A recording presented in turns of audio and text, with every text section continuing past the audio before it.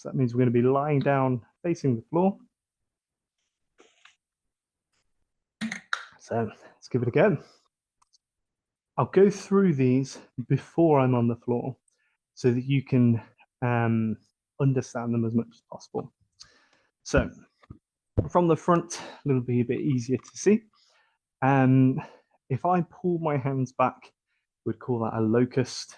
We can also call it an A shape or a low V, just because it's inverted essentially.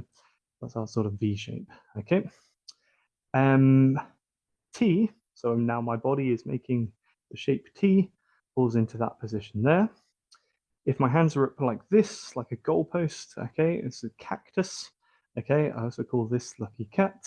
So any of these positions where we are here.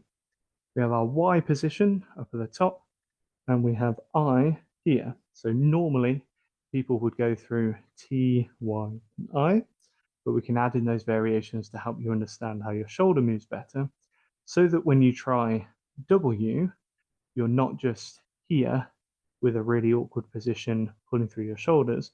We're actually trying to focus on external rotation. That'll make more sense from the side. So if I'm sat here, a lot of people go into W. It looks like this. The arms are fully ahead. The shoulder has shrugged. We've internally rotated.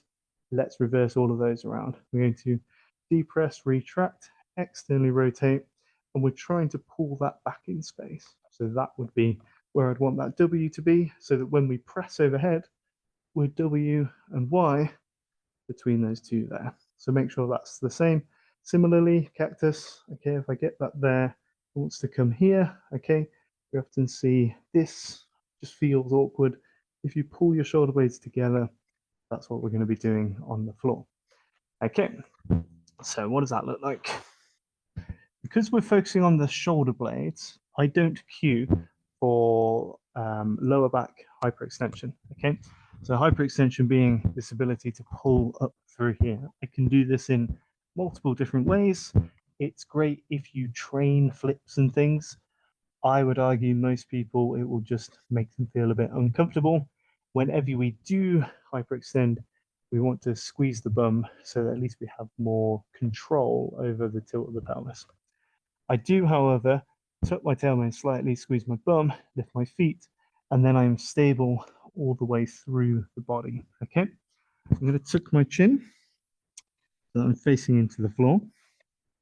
Low or, let's see, it's that V, low V, A, or locust. Looks a bit like this. Palms are facing the ceiling. I'm pulling my shoulder blades back together, pulling up. What I'm not doing is this. They stay level. If anything, they actually stay down so that I'm pulling from my shoulder blades. We can pin them back a little bit. Just don't do that. Okay, so keep awareness as you go. T-shape. You won't be able to see my front hand, but it is thumbs up. Okay, so palms facing forwards, thumbs towards the ceiling, doing a little thumbs up. There you go. So tuck the chin, pull the shoulder blades back together. Okay, so being able to do multiple reps here. Squeeze shoulder blades there. We can then take that T, and depending on how your shoulders are doing, you'll find one of these two more challenging. So we can have a Y shape where we're pulling up. That's generally okay if you've done some overhead pressing and pulling. This shape can be a bit trickier for people, and it's getting in the right space. People tend to elevate too soon, so try and depress, retract before we pull. So cactus, we've got a Y, an I, usually done as a swimmer. Okay, so alternating through there, but it's just trying to pull it up.